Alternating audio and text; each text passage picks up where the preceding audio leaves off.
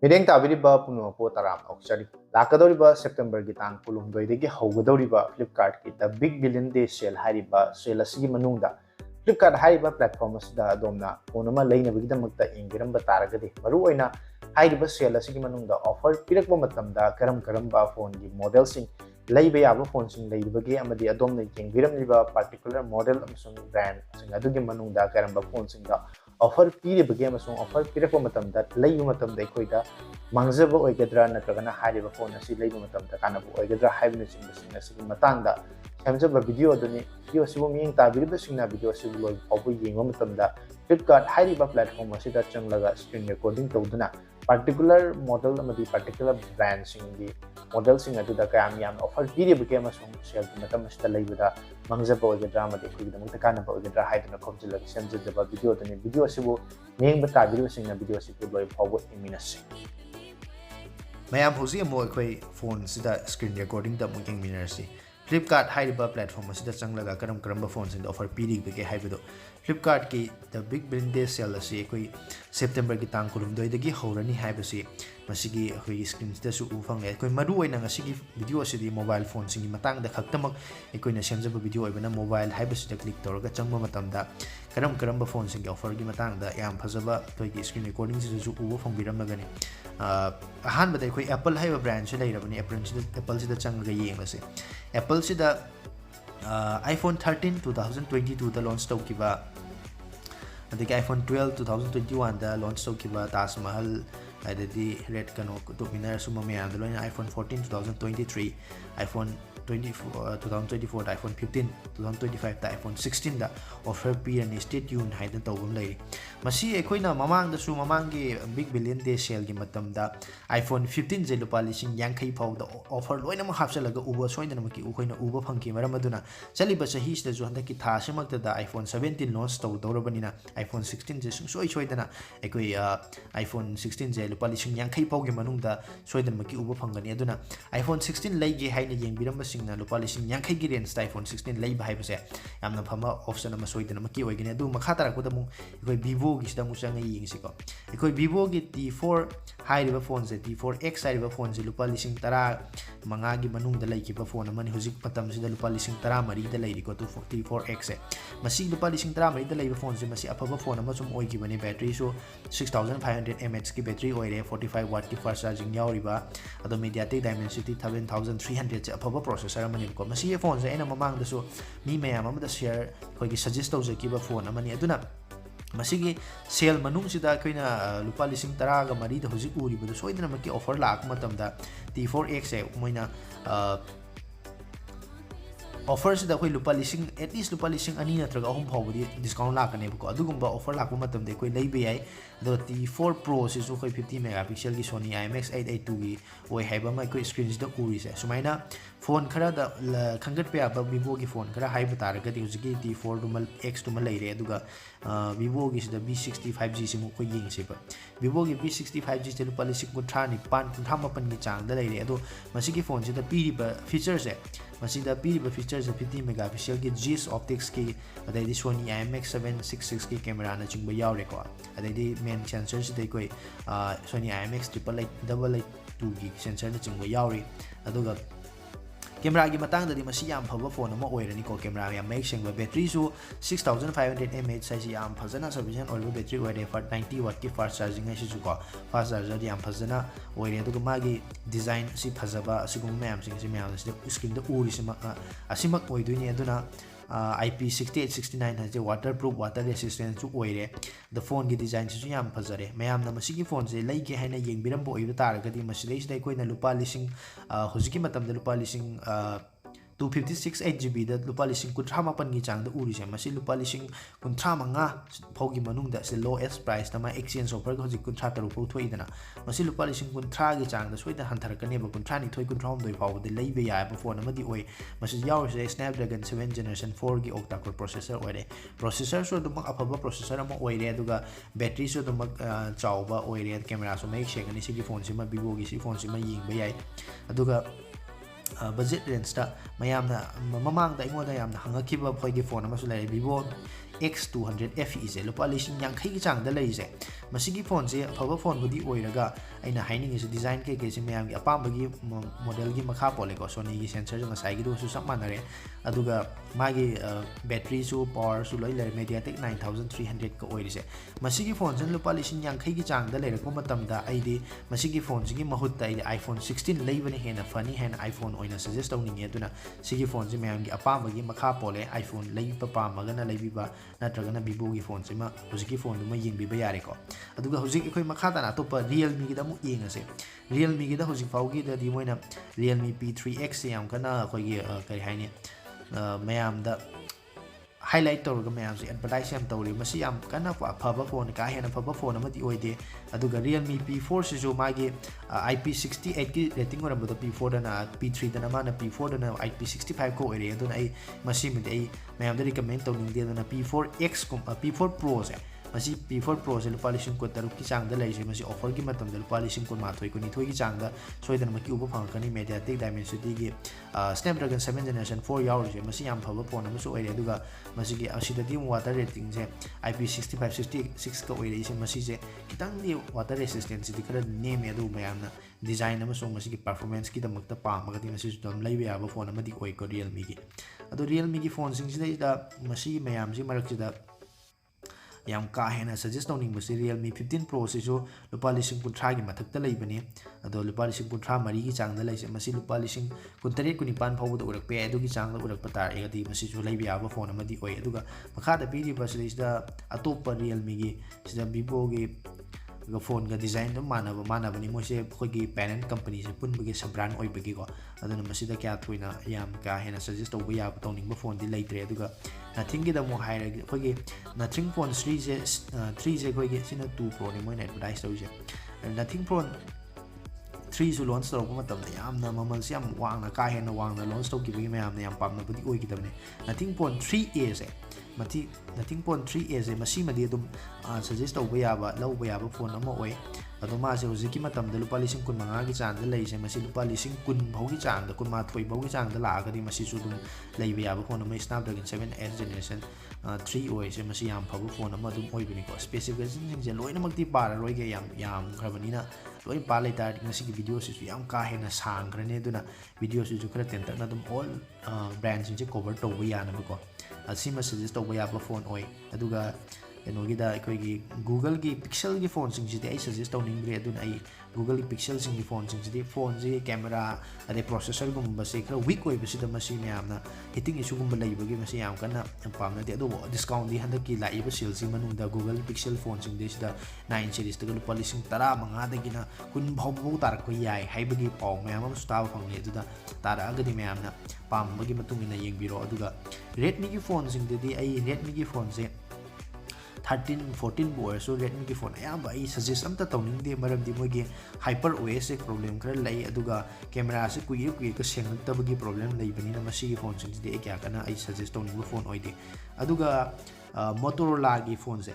kai Motorola gi phone sing chi da di moi so jiki oina di sale gi hork matam da discount se kya hena di utri ko adu Moto S60 Pro se su yamna faba phone amani hai tare features yam phajana yaw ba du mamal se jiki matam da lupa lising kun tha pi ri se camera gi matang da di 50 megapixel triple camera oire aduga curve display su oire adu design se myam na ur se myam apam bagi matung ina 90 watt ki fast charging aduga wireless charging su yaw ba ko ma se aduga magi display ga sisu 1.5 ki oire aduga sida 1 IP68 69 guys mo water resistance yam wang MediaTek Dimensity 8350 guys yam na dum flagship hai tare ko dum average ta ki dum hel ba lupa lising kunthra po gi range da papa processor ne bas yauri je aduna masigi phone ji da yauri je Sony gi LYT 7 gi sensor ne madu yam afaba sensor ni yam ka hena khwai di ge na afaba sensor amadi oi de aduna camera gi matang da di mase ai gi wakhan da 7 out of 10 gumba piningi ai gi oi rating de ko aduna masigi phone ji mayam na pambiram boy tar di masi offer da soidra mi kitara kani lei ya ba phone ni aduga Moto G96 se hojik phogi oina di lupa lising 3 try panda lei se masi lupa lising 3 manga gi manung ta lei ra ga di ko ꯁꯤꯗ ꯌꯥꯎꯔꯤꯁꯦ ꯉꯁꯥꯏꯒꯤ ꯐꯣꯟꯗꯨꯒ ꯆꯞ ꯃꯥꯟꯅꯅ ꯁꯣꯅꯤꯒꯤ LYT700ꯒꯤ ꯁꯦꯟꯁꯔꯒ ꯌꯥꯎꯔꯤꯁꯦ ꯃꯁꯤ ꯌꯥꯝꯅ ꯀꯦꯃꯦꯔꯥꯒꯗꯤ ꯑꯗꯨꯝ ꯁꯦꯡꯉꯕ ꯐꯣꯟꯅꯦꯕ ꯁ꯭ꯅꯦꯞꯗ꯭ꯔꯦꯒꯟ 7S generation 2ꯒꯁꯦ ꯂꯨꯄꯥ 5,3500ꯒꯤ ꯃꯅꯨꯡꯗꯗꯤ 5533 ꯋꯥꯠꯀꯤ ꯆꯥꯔꯖꯤꯡꯒ ꯑꯣꯏꯔꯤꯁꯦ ꯃꯁꯤ ꯌꯥꯝ ꯐꯔꯦ ꯂꯨꯄꯥ 1,53,000 ꯍꯧꯖꯤꯛ ꯂꯩꯔꯤꯁꯦ ꯃꯁꯤ ꯑꯣꯐꯔꯗ ꯂꯨꯄꯥ 15,000ꯒꯤ ꯃꯅꯨꯡꯗ ꯂꯩꯔꯛꯑꯒꯗꯤ ꯃꯁꯤꯁꯨ ꯂꯩꯕ ꯌꯥꯕ ꯐꯣꯟ ꯑꯃ ꯑꯣꯏ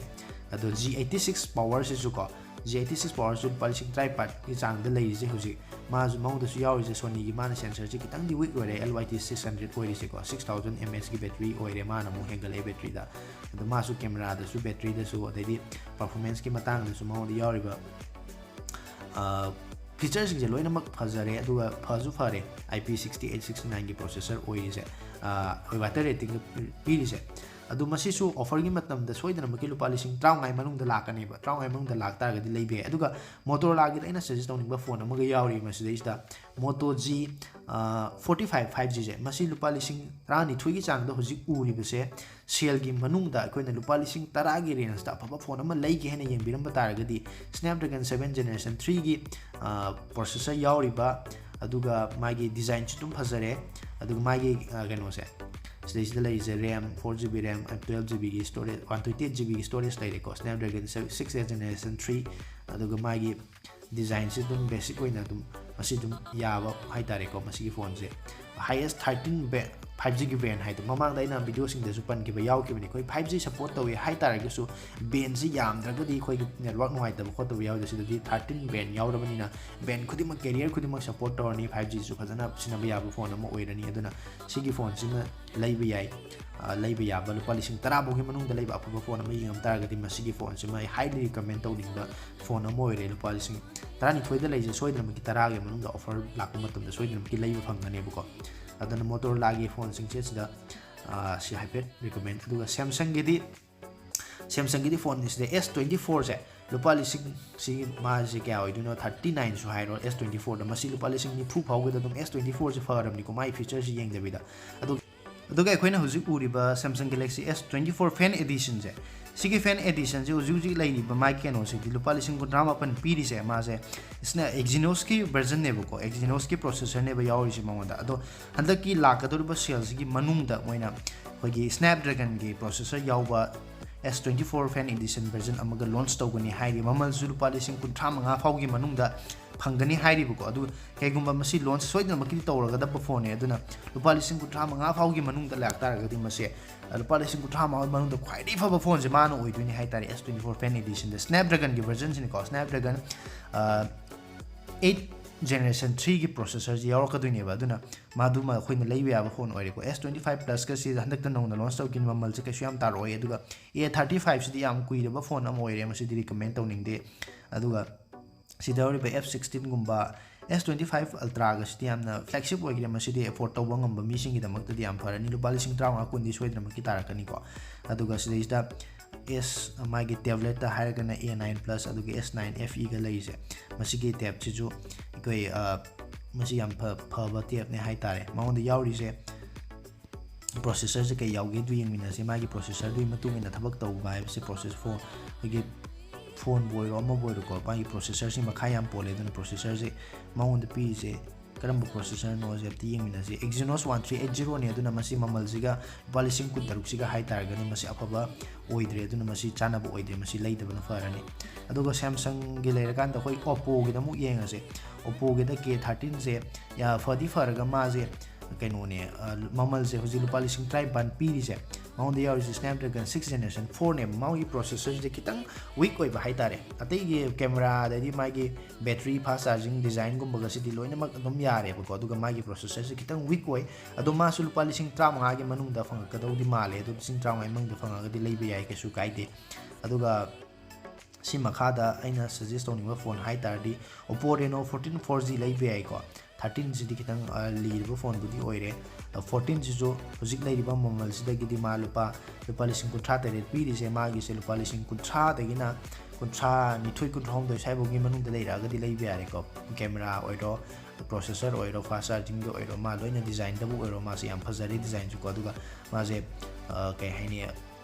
sida RAM wase 12GB RAM mediatek processor aduga sigi phone se IP68 69 chu ore phone di yam phare ko mai ki pro specification je du hujik lai riba lupa lising kutha ni pan kutha ma pan gi chang che ore ga di ma se kitang mamal kitang yam ba phone ma oi aduna masigi phone se mudi mamal tara ga di leiba ya ba phone ore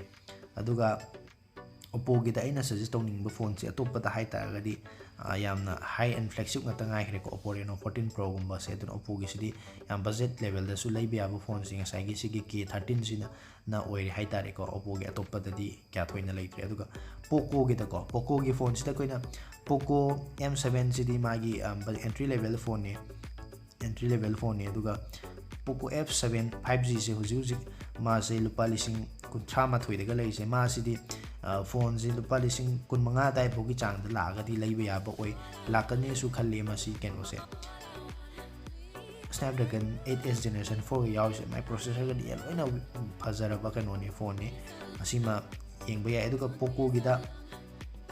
Poco X7 Pro se sigi Poco X7 Pro se lupa lising hojik lupa lising kun mari gi chang da leibi se masigi phone se offer gi manung da lupa lising kun ni makha da lakane na hai ri bu ko game sana ba pamba singi da makta ni masi cooling chamber ga su yaw edana se aduga MediaTek Dimensity gi 8400 Ultra gi processor 6590 watt ki fast charging ado IP69 ga hai se masi lupa lising kun manga bu gi manung da leiba game sana ba pamba singi da makta afa phone he na hana de su suggest tawra leiba phone am khak ne ko ado masi handa ki offer gi mang da lupa lising kun gi manung da sung soi dana uguni na hairi asina lupa lising kun gi manung da oirak patara ga di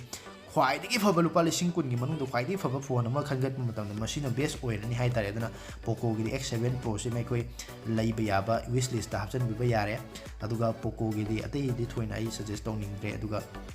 Tecno gumba Infinix gumba Itel gumba lei si dei suggest tawraroi ke video si su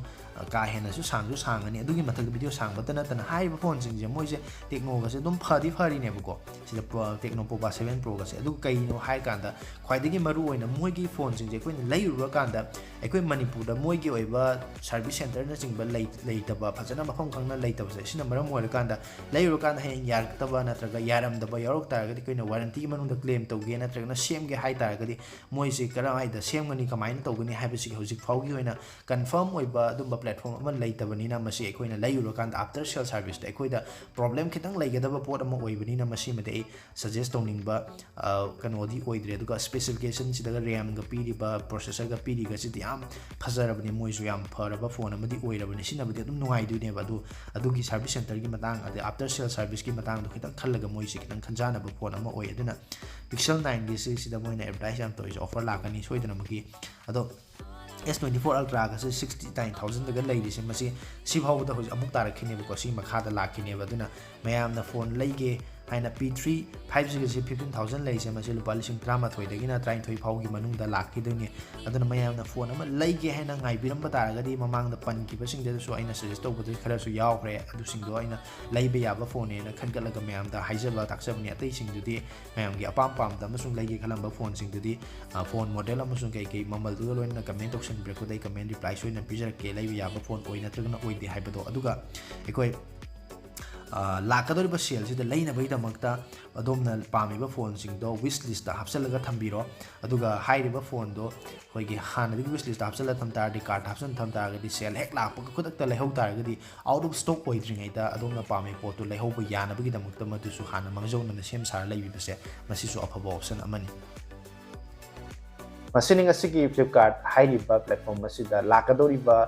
September ki tang kulum dai digi haugadriba da big lente sale asida karamba phone sing da offer piri bagi amasung offer piri ngai manung asida ekoina karamba phone sing leibe ya matam da ekoi da makta kana bo digi amasung offer pi ba taraga so karamba phone sing ekoina leiba matam da mang jaga digi hybrid sing matang da coming daraga recording amuga loinana samjaba video sibu meng tabiri basing video sibu like to sing biramo channel asibu nong thingnabu bising channel asibu subscribe to miramo ong da su asigong ba video sing amasung nuai ba video kay yengina bagi damakta loinana video sing asibu adom na yengi matam da like amadi hype na chingba nambiramo amasung video asibu yaraga di share to biramo lakadoriba offer amasung sale gi matam asida lagi khanjaraba sing asu soidana makki video si thengna bagi damakta nasigi oina di video si matang asida loisinjari tungda sukumloba amadi nuai ba video kya da mo thengmarasi